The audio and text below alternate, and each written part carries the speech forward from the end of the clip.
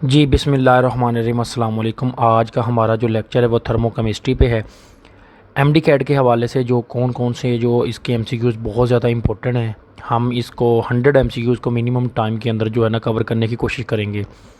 सबसे पहले हमारे पास है थर्मोकेमिस्ट्री जो है is the study of the chemical reaction, किसको जिसमें हीट चेंज होती है उसकी डेफिनेशन है। उसके बाद है कि बॉन्ड जब ब्रेक होता है तो हीट अब्जॉर्ब होती है। देखिए हमारे पास ज़्यादातर जो बॉन्ड जब ब्रेक होते हैं तो हीट हमें चाहिए होती है उसको तोड़ने के लिए, लेकिन जब हमारे पास बॉन्ड हमारे पास बनता है तो उस वक्त हीट रिलीज़ होती है। नेक्स्ट है जा reaction in which heat is given out, जहाँ हीट निकलती है उसको एक्सोथर्मिक कहते हैं। अगर हमारे पास कोई ऐसा रिएक्शन हो रहा हो जिसके दौरान क्या हो रहा हो कि हीट सिस्टम में से निकले उसे एक्सोथर्मिक कहते हैं, और सिस्टम के मुताबिक जो हीट होती है उसको जूल्स में मेजर करते हैं। और आगे लिखा हुआ एंडोथर्मिक कौन सा है, तो तमाम जिनमें साइन जिसका पॉजिटिव है एनर्जी का तो उसको एंडोथर्मिक कहते हैं। एक्सोथर्मिक में माइनस का साइन होता है। स्पॉन्टेनियस रिएक्शन जो होते हैं इसमें सिस्टम इज़ डिक्रीज़, उसकी क्या डिक्रीज़ हो जाती है, एनर्जी डिक्रीज़ हो जाती है, क्योंकि वो कंटिन्यूसली फ्लो करता है तो आस्ता आस्ता उसकी एनर्जी क्या हो जाती है, डिक्रीज़ हो जाती है। उसके बाद the following is not a state function. State function है बहुत इंपॉर्टेंट है, एमडी कैट में काफ़ी दफ़ा ये एमसीक्यूज़ आ चुका है। सबसे पहले वो कहता है प्रेशर, टेम्परेचर, इंथाल्पी या अमाउंट ऑफ जो है सब्सटेंस। दो डी ऑप्शन ठीक है। इसके लिए आपको जो इंथाल्पी स्टेट फंक्शन की जो डेफिनेशन है ना, जिसमें इनिशियल फाइनल स्टेट पता होनी चाहिए जो कि इंडिपेंडेंट होती है टू पाथ, ये उस चैप्टर के अंदर डेफिनेशन लिखी हुई है। उसके अंदर ये सारे यूनिट्स लिखे हुए हैं, प्रेशर, टेम्परेचर, एनोट्रोपी वगैरह ये सारा कुछ लिखे हुए हैं, ठीक है। तो उसमें से अगर आप देखेंगे तो आपको मिल जाएगा कौन सा नहीं है। उसके बाद कहता है amount of heat evolve or absorb by keeping the reactant and product of 1 atmosphere pressure at room temperature. तो यह स्टैंडर्ड इंथाल्पी की डेफिनेशन है। ये निशान हमने इसलिए पहले लगाए हुए हैं क्योंकि हमारा टाइम कम लगे, ताकि हम डिस्कस करते जाएं कि कौन सा ऑप्शन ठीक है और उसका आंसर की रीज़न बताते जाएं आपको, ताकि बाकियों की रीज़न आपको ढूंढ लें। मेन रीज़न क्यों ठीक है वो हम साथ साथ डिस्कस कर रहे हैं। अच्छा, उसके बाद है कि any property of which depend to T P and यानी temperature and pressure and volume is set to be, उसे क्या कहते हैं, थर्मोडायनामिक स्टेट कहते हैं। थर्मोडायनामिक स्टेट इन सारी चीज़ों पे डिपेंड करती है। N2 और O2 दोनों प्रेजेंट है हवा में, लेकिन दोनों डू नॉट रिएक्ट नहीं करते। पता है ना आपको, हमारी एटमॉस्फेयर में नाइट्रोजन और ऑक्सीजन दोनों आपस में मिलती नहीं है, और उसकी कंडीशन टेम्परेचर एंड प्रेशर पे क्यों, उसकी वजह क्या है कि दोनों नॉन स्पॉन्टेनियस रिएक्शन है। Endothermic reaction the heat is contact. देखिए एंडोथर्मिक में जो हीट होती है ना वो क्या, मैं आपको एक मिसाल बताता हूँ। चाय बनने का अमल देख लीजिएगा। चाय में हम क्या करते हैं, दूध, पत्ती वगैरह सारा कुछ डाल के उसे हीट देते हैं ताकि चाय बन सके, मतलब उसे हीट चाहिए होती है। और जब हीट देते हैं तो चाय बन जाती है ना, तो बहुत गर्म होती है जब बनती है। तो बनने से पहले वो दूध वगैरह सारा ठंडा होता है, मतलब उसका इतनी हीट नहीं होती, तो लिहाजा रिएक्टेंट की हीट कम होती है, प्रोडक्ट की ज़्यादा। तो ए ऑप्शन ज़्यादा ठीक है। Any substance undergo the physical और केमिकल चेंज, उसको क्या कहते हैं, सिस्टम। और यानी इसको हम डेफिनेशन ये भी कह सकते हैं कि अ portion of universe which under study is called system. Macroscopic property क्या है सिस्टम की, जो डिस्क्राइब करती है इनिशियल फाइनल, मैंने आपको पहले बताया है कि ये स्टेट फंक्शन की डेफिनेशन है। उसके बाद हमारा अगला एमसीक्यूज़ है कि जी प्रेशर जो एंड वर्क दोनों को हम लेते हैं तो वो H+V, यानी H हम प्रेशर के लिए, ये हमारे पास जो वर्क वॉल्यूम के हवाले से अगर हम करते हैं। इंथाल्पी का टॉपिक है, उसमें अगर देखें तो डी ऑप्शन ठीक है। और 1 कैलोरीज़ जो होती हैं वो इक्वल होती है 4.1, ये जोल के ये लिखा भी हुआ है हमारे पास। और किलो कैलोरीज़ को इसी यूनिट में किलो कैलोरीज़ में कन्वर्ट कर देंगे। ब्रांच केमिस्ट्री के जिसके अंदर हम करते हैं, ये दोबारा थर्मोकेमिस्ट्री की डेफिनेशन आ गई। आगे हीट इवोल्व होती है, उस सेट उसे कहते हैं, अगर हीट हमारे पास देखें, हीट इवोल्व एक्सोथर्मिक को कहते हैं, और अब्जॉर्ब किस में होते हैं, एंडोथर्मिक में। 20 एमसीक्यूज़ है कि जी amount of heat evolve or absorb, दोनों काम होती है when one molar quantity of the जो product and reactant are being the same represent in chemical reaction. तो ये heat of reaction, enthalpy of reaction भी जिसे कहते हैं आप, इसकी इंथाल्पी की काफ़ी सारी डेफिनेशन है। इंथाल्पी ऑफ रिएक्शन, सॉल्यूशन और इंथाल्पी ऑफ एटमाइजेशन, उनमें देखें तो ये डेफिनेशन आ जाती है। लेटेस एनर्जी NaCl की वैसे तो 787 होती है, लेकिन यहाँ पे करीब 3 ऑप्शन जो है सी ऑप्शन ठीक है। Sum of all the energy of the atom और मालिकुल, जो है सारी की सारी एनर्जी, टोटल एनर्जी उसे कहते हैं internal energy. First law of thermodynamics से पहले ये टॉपिक लिखा हुआ है, जिसमें लिखा हुआ है first law of thermodynamics and energy, तो उसमें ये डेफिनेशन लिखा लिखा हुआ है कि all the possible kind of internal energy जो होती है, सारी जो एनर्जी होती है उसको इंटरनल एनर्जी कहते हैं। प्रॉपर्टी जो डिपेंड करती है स्टेट फंक्शन पे, ये सारी की सारी कर रही हैं। देखें इंथाल्पी भी, फ्री एनर्जी भी, एनोट्रोपी भी। ये स्टेट फंक्शन वाला क्वेश्चन मैंने आपको कहा बहुत दफ़ा आपका एमडी कैट में और ई कैट में आ चुका है। उसके बाद एनर्जी जो रिक्वायर्ड होती है ब्रेक 1 मोल को, इसे कहते हैं बॉन्ड एनर्जी। और उसके बाद है कौन सा स्टेट फंक्शन नहीं है, और ये एनोट्रोपी ऑप्शन गलत लिखा हुआ है। एनोट्रोपी होता है, एनोट्रोपी ठीक है होता है, मतलब नॉट में क्या आएगा, लिखा हुआ है टेम्परेचर, इंथाल्पी और एनोट्रोपी एंड इंटरनल एनर्जी। इसमें से ऑप्शन देख के बताएं कौन सा ठीक नहीं है। तो इसमें स्टेट फंक्शन जो है नहीं है, वो हम एनर्जीज़ को देख लेते हैं, या हमारे पास एनर्जी का ऑप्शन हो सकता है। मतलब आप उसको जाके स्टडी करें अगर टॉपिक को, तो वहाँ पे मेंशन होगा कि कौन सा यूनिट नहीं हो सकता। आगे है जी हमारे पास heat change at a constant pressure and constant volume are related to. ये हमारे पास टॉपिक जो है ना, इंथाल्पी का एक टॉपिक है आपकी बुक में। इसमें कहते हैं इंथाल्पी हमेशा चेंज होती है हीट के बराबर जब हम इसको कांस्टेंट लेते हैं वॉल्यूम को। ये उसकी पूरी डेरिवेशन आप करेंगे तो आपको समझ आ जाएगा। ये इंथाल्पी का टॉपिक बुक में से जाके देखें तो आपको समझ आ जाएगा, वहाँ मेंशन है कि del H is equal to del E. Born Haber cycle जो होता है ना, और ये आपकी एप्लीकेशन है बेसिकली हैज़ेस लॉ की एप्लीकेशन है बोर्न हैबर साइकिल। अच्छा, उसके बाद है internal energy of the system is equal to heat of contact होता है। उसके बाद हमारा टॉपिक है जी 29 MCQs, वो कहता है heat contact of all the elements in a standard state is taken as a zero. आपको पता है कि जो हीट ओवरऑल जो होती है ना, वो मतलब हमारे पास फर्स्ट लॉ ऑफ थर्मोडायनामिक्स में कह सकते हैं। उसके अलावा हमारे पास हीट ऑफ समेशन यानी जिसे हम कहते हैं हैज़ेस लॉ, उसमें भी देखते हैं कि इंथाल्पी तमाम जो है ना एनर्जी की ज़ीरो होनी चाहिए। आगे कह रहा है heat absorb by a system when a volume does not change or equal. कौन सा हो सकता है? Internal energy. इंटरनल एनर्जी में ये चीज़ होती है कि हीट अब्जॉर्ब होती है सिस्टम से और volume does not change, volume change नहीं होता हमारे पास, ओवरऑल सिर्फ हम उसकी एनर्जी को देखते हैं। 31 MCQs है जी हमारे पास heat energy change during the chemical reaction and pressure. कौन सी इंथाल्पी चेंज की डेफिनेशन है। उसके अलावा आगे है जी state function of the describe together internal energy and work done. Internal energy और वर्क डन दोनों को कहते हैं फ्री एनर्जी, और दूसरा नाम हम ये कहते हैं कि स्टेट फंक्शन जिसके अंदर हमारे पास इंटरनल एनर्जी जो है उसको भी और साथ वर्क डन भी लें, तो हमारे पास ये टॉपिक जो है ना इंथाल्पी भी हो सकता है, सिंपल इंथाल्पी। लेकिन हमारे पास अगर इसमें स्टेट फंक्शन के हवाले से देखा जाए तो फ्री एनर्जी का टॉपिक भी आ सकता है। अच्छा, उसके बाद ज़्यादातर मोस्ट सूटेबल ऑप्शन जो है ना हमारे पास वो इंथाल्पी आ रहा है। अच्छा, अगला है 33 एक्सोथर्मिक। क्या होता है? अभी हम लोगों ने देखा, देखें एक्सोथर्मिक में हीट निकलती है, enthalpy of reactant are greater than the product. देखें एक्सोथर्मिक में एक चीज़ है, मसलन कास्टिक सोडा है, या हम सिंपल रिएक्शन ले लेते हैं NaOH और HCl का, उसके दौरान हीट निकलती है। एक्सोथर्मिक में जैसे ही रिएक्शन स्टार्ट होता है ना, उससे हीट निकलना शुरू हो जाती है, और निकलते निकलते एक टाइम आता है कि उसमें से हीट सारी निकल जाती है। तो इसलिए हम कह सकते हैं रिएक्टेंट की हीट ज़्यादा होती है, प्रोडक्ट की क्या होती है? कम। एंडोथर्मिक के लिए साइन पॉजिटिव होता है, और डेल एच और डेल ई जो है अप्रोक्सीमेटली सेम तब होते हैं जब कोई चीज़ वॉल्यूम में चेंज ना आए। 36 में आता है, कहता है हीट वो जो ऑब्जॉर्ब या रिलीज़ होती है जब फिज़िकल प्रोसेस के तौर आपका मतलब प्रेशर इक्वल हो। तो ये डेल एच इंथाल्पी की डेफिनेशन है। आपका enthalpy of atomisation, enthalpy of formation, enthalpy of neutralisation, internal, ये सारी डेफिनेशन इंथाल्पी के साथ साथ आगे मेंशन है, इनको आपको बड़े गौर से देखना पड़ेगा। तो उसमें ये डेफिनेशन है इंथाल्पी ऑफ फॉर्मेशन की, जब एक मोल कंपाउंड अपने ही एलिमेंट से बने। और अगर मैं इसी डेफिनेशन की बात करूँ कि अगर गैस का एलिमेंट, गैस का एटम जो है ना अपने एलिमेंट से बने, तो उसे एटमाइजेशन कहते हैं। आगे जी हमारा अगला 38 MCQ। 38 MCQ उसमें लिखा हुआ है the process of the term as a spontaneously. इसमें कौन सा होता है हमारे पास? Delta minus negative. हमने पहले भी यहाँ उसमें एक्सोथर्मिक होता है, कंटिन्यूसली जो हमारे पास खारिज होता रहता है। Quantity of the heat evolve या अब्जॉर्ब व्हेन जो है during the reaction is measured according to equation के मुताबिक कौन सी हमारे पास जिसमें हम मालूम कर सकते हैं हीट। देखें, इसके मुताबिक अगर हम हीट मालूम करना चाहते हैं तो ये जो ऑप्शन है ना, इन सब में से देखते हैं तो हीट हमारे पास दो तरह की है। अगर तो हम इक्वेशन के मुताबिक ये देखना चाहते हैं कि हीट जो इवोल्व या अब्जॉर्ब होती है उसकी क्वांटिटी मेजर करना चाहते हैं, तो हमारे पास 2 कैलोरीमीटर होते थे, एक ग्लास कैलोरीमीटर, एक बॉम्ब कैलोरीमीटर। उसके मुताबिक ऑप्शन नंबर A ठीक है। amount of heat evolves absorbed as the chemical indicate the balance chemical equation।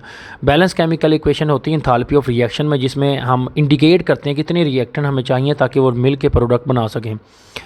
अच्छा, आगे है स्टेट।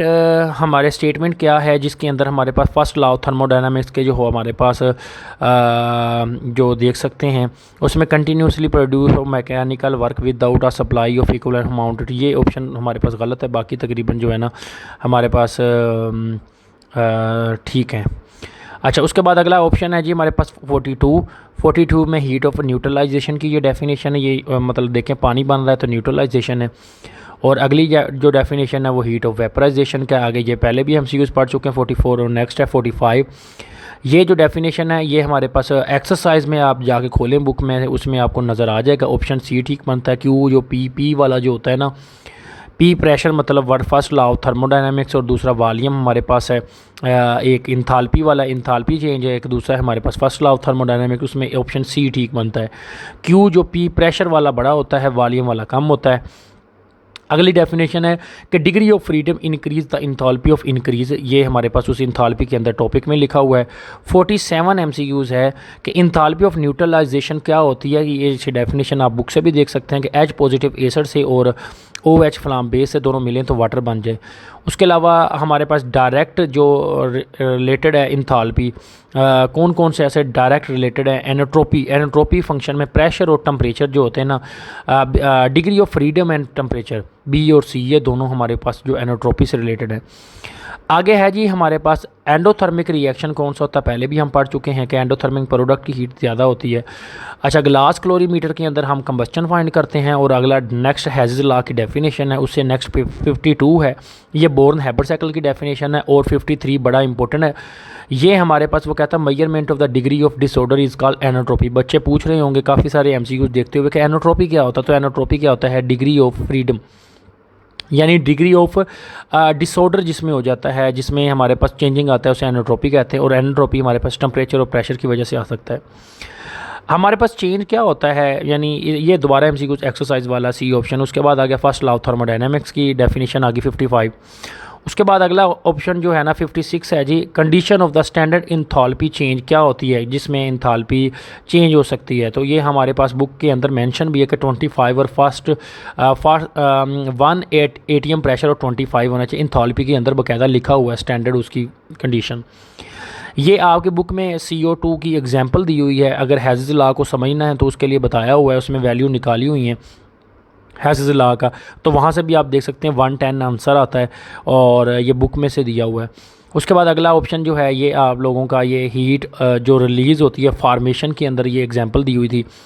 59 MCQs है कि kinetic energy of the molecule due to क्यों होता है। ये सारी ट्रांसलेशनल, रोटेशनल, वाइब्रेशनल सारी की सारी जो है ना इस एनर्जी में आ जाती हैं।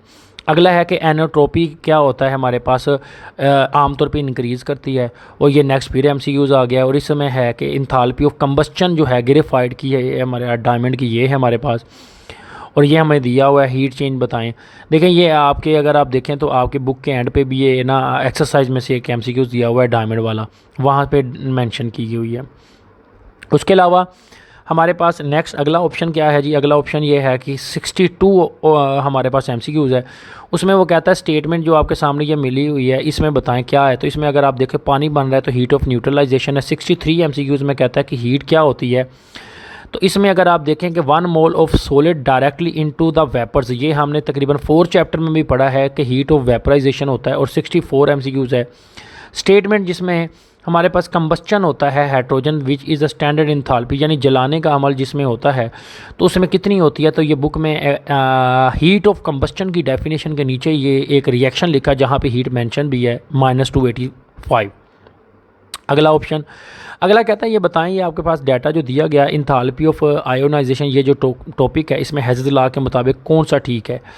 अच्छा, इसके मुताबिक आप कैसे वैल्यू निकालेंगे, ये आपकी एक्सरसाइज में से MCQs है। कहता है हीट ऑफ न्यूट्रलाइजेशन HCl की ये है हमारे पास, और हीट ऑफ न्यूट्रलाइजेशन इसकी ये है। तो इसके प्रॉपर आंसर के लिए हम क्या करेंगे, सब्ट्रैक्ट कर देंगे इक्वेशन 1 को 2 से, यानी 1 इक्वेशन को 2 से निकाल देना तो हमारे पास उसकी इंथाल्पी एक इसकी आ जाएगी, इसकी आ जाएगी, यानी ये टोटल आ गई ये उस HCl की आगे उसको निकाल देंगे तो सिर्फ CH3COOH की आ जाएगी। नेक्स्ट अगला MCQ है जी, आप ये अपने रजिस्टर पे सोल्व करके देखेंगे, आपको समझ आ जाएगी। अगला ऑप्शन ये है जी, बताएं कि जो CO2 ये दोबारा आ गया बुक में से, ठीक है। इसमें आप लोगों को पता होगा कि ये बल्कि एक्सरसाइज के अंदर बताया हुआ है, CO2 है आपके पास, H2 है और CH4 की। पहले आपने देखे ना कि आपने कार्बन डाइऑक्साइड को आपका और वाटर बनने वाला हमारे, और मीथेन जो है ना वो ऑक्सीजन की मदद में जलती है, यानी रिएक्शन पता किसका होगा, कार्बन और हाइड्रोजन बनेंगे आपस में C और H2, और दोनों मिलके क्या बनाएंगे, पानी और कार्बन डाइऑक्साइड। यानी ये पूरी इक्वेशन है। उस इक्वेशन का पहला हिस्सा और दूसरा हिस्सा, इन पहले दो हिस्सों को ऐड करेंगे, यानी दो ये एंड वाला बताया हुआ है, यानी प्रोडक्ट बताया है, ये भी प्रोडक्ट, रिएक्टेंट यानी टोटल बताए हुए हैं। तो अब हमारे पास इन दोनों को प्लस कर देंगे तो हमारे पास ऐड करने से दोनों का फाइनल आंसर आ जाएगा। 67 MCQs है जी हमारे पास। ये बेटा जो है ना हैज़ेस लॉ में से है, ये वहाँ पे बुक में भी और एक्सरसाइज में इसकी काफ़ी सारी एग्जांपल्स हैं, वहाँ से हम करने से हमें आइडिया हो जाता है। एनर्जी ऑफ द सिस्टम और सराउंडिंग जो होती है, इसको लॉ ऑफ कंजर्वेशन को डिपेंड करता है कि एनर्जी नेदर बी क्रिएट और डिस्ट्रॉय। 68 MCQs है। Mathematically first law of thermodynamics के मुताबिक कौन सा ऑप्शन ठीक है, तो ये डी ऑप्शन ठीक है। उसके अलावा क्योंकि वर्क डन पे डिपेंड करता है, हीट जो चेंज क्यू हीट को फाइंड करना है अगर आपने, मतलब असल ऑप्शन ये था क्यू जो है जो है equal to E is equal to Q plus W, लेकिन जब Q लेंगे तो वो इधर दूसरी तरफ जाके माइनस हो जाएगा। 69 में अगर देते हैं तो वर्क डन जो है हमारे पास प्रोडक्ट ऑफ द फोर्स, वो डिस्टेंस पे डिपेंड करता है, यानी डिस्टेंस आपको पता है ना कि मतलब वर्क डन जो होता है वो product of the force, and आपने फिजिक्स में भी पढ़ा होगा कि work done is equal to product of the force and displacement. तो डिस्प्लेसमेंट जो है हमारे पास डिस्टेंस आता है, यहाँ पे और चीज़ तो मेंशन नहीं है तो यहाँ डिस्टेंस आ जाएगा हमारे पास। नेक्स्ट है जी यहाँ पे सबस्टांस जिसकी डेल H और डेल E जो है उनमें से निकालने के लिए कौन सा ऑप्शन ठीक है, तो लिक्विड और सॉलिड का ऑप्शन ठीक है अगर आपने निकालना है, माइनस करना है डेल H इंथाल्पी और डेल H E। उसके बाद हमारे पास डेल H E, इसके हवाले से ऑप्शन नंबर डी ठीक है। अगला ऑप्शन जी हमारे पास डेल H किसके इक्वल होता है, डेल H जो है ना equal to del E plus P del V होता है। ये इंथाल्पी से आया, अगर आप जाके बुक में देखेंगे। हैज़ेस लॉ की डेफिनेशन है 72। 73 है जी हमारे पास। हैज़ेस लॉ के मुताबिक कैलकुलेट क्या करते हैं, हैज़ेस लॉ में इंथाल्पी करते हैं, क्योंकि हमारा एक टॉपिक है इंथाल्पी। उस इंथाल्पी में ना, इंथाल्पी के बाद आगे आ जाता है उसकी types, enthalpy of combustion, reaction, neutralization, atomization, enthalpy of solution, reaction, ठीक है, इंथाल्पी ऑफ फॉर्मेशन। उसके बाद आ जाता है ग्लास क्लोरीमीटर, बोम क्लोरीमीटर, उसके बाद हैज़ेस लॉ, और हैज़ेस लॉ के बाद आ जाता है लास्ट पे ऑप्शन हमारा बोर्न-हाइपर साइकिल। ये सारे हम इंथाल्पी फाइंड करते हैं या साथ एनर्जी फाइंड कर लेते हैं। अब 74 MCQs में जो है ना ये बता रहा है लॉ ऑफ कंजर्वेशन ऑफ जो है ना एनर्जी की डेफिनेशन, और 75 में हम बताते हैं एक्सोथर्मिक को नेगेटिव और एंडोथर्मिक को पॉजिटिव। 77 है जी लॉ, एनर्जी का लॉ है जी हमारे पास ये। और अगला है 78 MCQs में कह रहा है कि during the chemical reaction heat में भी इवोल्व भी हो सकती है, अब्जॉर्ब भी हो सकती है। अगला एक्सरसाइज से आया हुआ है। मैंने आपको ये बता दूं कि ये बेसिकली ना, ये जितने भी इस तरह के रिएक्शन होते हैं, एक तो ये देखेंगे या तो ये लिखा हुआ है न्यूट्रलाइजेशन हीट बताई हुई है, तो इसमें अगर आपको ऐसा सिंपल पूछा, या तो ये फिर इंथाल्पी के किसी टॉपिक से आया होगा, हीट पूछी होगी कि हीट कितनी है, वो तो इंथाल्पी के किसी भी टॉपिक से आ सकता है, न्यूट्रलाइजेशन, एटमाइजेशन। और अगर ये मतलब दो की एनर्जी दी, तीसरे की फाइंड करनी, तो एक फार्मूला होता है delta H is equal to delta H 1 2 3 4, जितने भी रिएक्शन हो, तो उसके अंदर से बाकियों की जो मालूम करने के लिए उस फार्मूले को यूज़ करते हैं। हैज़ेस लॉ का ये फार्मूला है, बाकी आप बुक से रिलेटेड देख सकते हैं। अगला MCQs भी सेम ऐसा ही है 88। उसमें हमारे पास इंथाल्पी ऑफ टू रिएक्शन जो है ना इक्वेशन, ये हमारे पास दी हुई है, तीसरे की मालूम करनी है कि क्या इंथाल्पी चेंज हुई। बड़ा सिंपल है, ये देखें केमिकल इक्वेशन है, कार्बन है FeSO4 है, फिर Fe और कार्बन। यहाँ पे देखें ना हमारे पास जो पहला रिएक्शन है ये 3 हिस्से में हो रहा है रिएक्शन, ठीक है। अब मतलब पहला रिएक्शन आ गया, उसकी -82 है, फिर 110 है, तो उसके लिए हम क्या करेंगे कि हमारे पास तीसरी एनर्जी फाइंड हो सके। बड़ा सिंपल है, हमारे पास डेल्टा H का हम फार्मूला लगाएंगे, इंथाल्पी ऑफ आपने चेंज फाइंड करनी है, इसके दौरान क्या चेंज होती है। तो उसमें इस रिएक्शन का अगर आप देखें तो इसमें हैज़ेस लॉ की इक्वेशन लगेगी, उसके मुताबिक आपका आंसर आ जाएगा। अगला क्वेश्चन है 81। 81 है जी हीट ऑफ फार्मेशन SO2 की इतनी है, और इसके अलावा रिक्वायर्ड 1 मोल डीकम्पोज। तो SO2 का कितना होगा हमारे पास। ये हमारे पास सिंपल इक्वेशन आपने हीट ऑफ फार्मेशन आप बुक खोलें इंथाल्पी ऑफ फार्मेशन के अंदर निकालें तो वहाँ पे ना यहाँ पे एक फार्मूला लिखा हुआ है SO2 का, जिसमें S + O2 ये मिलके SO2 बनाते हैं, तो उसको कहते हैं 70.9 किलो जूल मोल एनर्जी लगती है। हीट ऑफ न्यूट्रलाइजेशन में जो वीक एसिड होता है दैन स्ट्रॉन्ग एसिड वो लेस दैन कितना होता है 13.7 के जो है ना हमारे पास लेस दैन होता है। अगला ऑप्शन जो है हमारे पास वो है 82 82 है जी हीट ऑफ न्यूट्रल। अच्छा ये हो गया हमारे पास 83। SI यूनिट क्या है हीट और एनर्जी का, तो वो जूल्स है। और 84 में है कि हमारे पास इन्वॉल्व या डिक्रीज़ होती है एनोट्रोपी, पहले भी पढ़ चुके हैं, क्रिस्टलाइजेशन ऑफ साल्ट यानी ऑफ ब्राइन NaOH के अंदर, ये वो रिएक्शन जिसमें कम होती है। इंथाल्पी जो चेंज होती है इस रिएक्शन के दौरान इसको कंबस्टन कहेंगे, क्योंकि ये देखें ऑक्सीजन O2 जो है ना B ऑप्शन में H2 + O2 कंबस्टन करने के लिए जलाई जाती है, तो ये 85 का ये ऑप्शन ठीक है। 86 का जो है ना हमारे पास ये सकते हैं डेल्टा H आपकी नेगेटिव आ गई है तो एक्जोथर्मिक है, और अगर पॉजिटिव है तो एंडोथर्मिक है। और 88 में आ जाता है कि हीट जो है हमारे पास प्रेशर जो भी वॉल्यूम वगैरह है ये सारा रिलेशन किस में आ जाता है enthalpy del H = del E। 89 में कहता है डेल H आपकी ज़ीरो है तो वॉल्यूम प्रेशर उस वक्त क्या होगा वो भी ज़ीरो होंगे। और 90 MCQs में एक्जोथर्मिक रिएक्शन है तो साइन इंथाल्पी का नेगेटिव होगा, एक्जो में नेगेटिव होता है। इस रिएक्शन में मैं क्योंकि वाटर बन रहा है तो न्यूट्रलाइजेशन है। 92 में है neutralisation of strong acid and strong base are same, क्योंकि इसके अंदर केमिकल रिएक्शन इन्वॉल्व चेंज होती है। और उसके बाद है 94 MCQs। 93 MCQs में कहता है कि हीट, इसमें ये एंथैल्पी की डेफिनेशन है और नेक्स्ट वाली है जी हीट ऑफ रिएक्शन की। और 95 रिएक्शन के अंदर कहता है कि हीट और टेम्परेचर दोनों एक दूसरे के अंदर प्रॉपर्टी ये है, ये एक्सटेंसिव प्रॉपर्टी हैं एंथैल्पी स्टेट फंक्शन की। रिलेशन कौन सा हमारे पास करेक्ट है, इसमें करेक्ट ऑप्शन में हमारे पास B ऑप्शन ठीक है। और वो बताता है कि हैज़िस लॉ नहीं मालूम कर सकते, इंटरनल एनर्जी नहीं फाइंड कर सकते।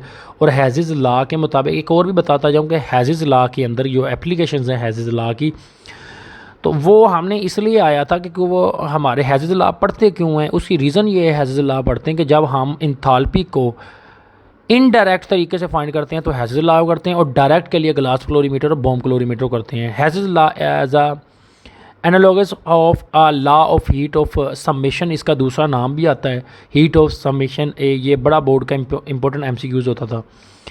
एक्सोथर्मिक रिएक्शन के अंदर मैं पहले ही बता चुका हूँ कि इसमें बताएं कौन सा है, तो वो कहता है एसिड के अंदर जिसमें जो है मैग्नीशियम मेटल है, यानी उसमें बेसिकली हीट हमारे पास एक्सोथर्मिक में हीट निकलती है। आप एसिड लेकर ना सल्फ्यूरिक एसिड में मैग्नीशियम मेटल डाल दें तो वहाँ से हीट निकलेगी।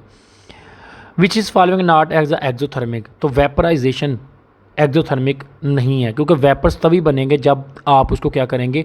ये MDCAT में 2020 में आ चुका है, रिस्पायरेशन में नहीं। और उसके अलावा डिल्यूशन ऑफ NaOH में भी नहीं है, ना फ्रीजिंग में, बल्कि जो हमारे पास वेपराइजेशन है ना उसमें हम हीट देते हैं तो वेपर्स बनते हैं। तो लिहाजा उसमें वो कहता है नॉट, क्वेश्चन है कि नॉट नहीं है, तो उसके मुताबिक ये वाला बेसिकली ये एंडोथर्मिक है। तो उसने एक्सोथर्मिक का पूछा हुआ है कौन सा नहीं है, तो ये D ऑप्शन नहीं है। तो ये हमारे 100 MCQs पूरे हो गए 24 मिनट्स में। दुआओं में याद रखिए, किसी MCQs के बारे में डिटेल चाहिए तो वो कमेंट सेक्शन में मेंशन कर दें। अपने घर वालों का ख्याल रखिएगा और दुआओं में याद रखिएगा। इंशाल्लाह कोशिश करेंगे कि सारे चैप्टर्स के मैक्सिमम जो मोस्ट इंपॉर्टेंट MCQs हैं उसको अपलोड किया जाए, और कोशिश करें कि पूरी वीडियो जो है ना सुकून से देखें, क्योंकि 100 MCQs आपके 84 मिनट में कवर हो रहे हैं। तो डेट्स इट, काफ़ी है कि एक दफ़ा देखने से ही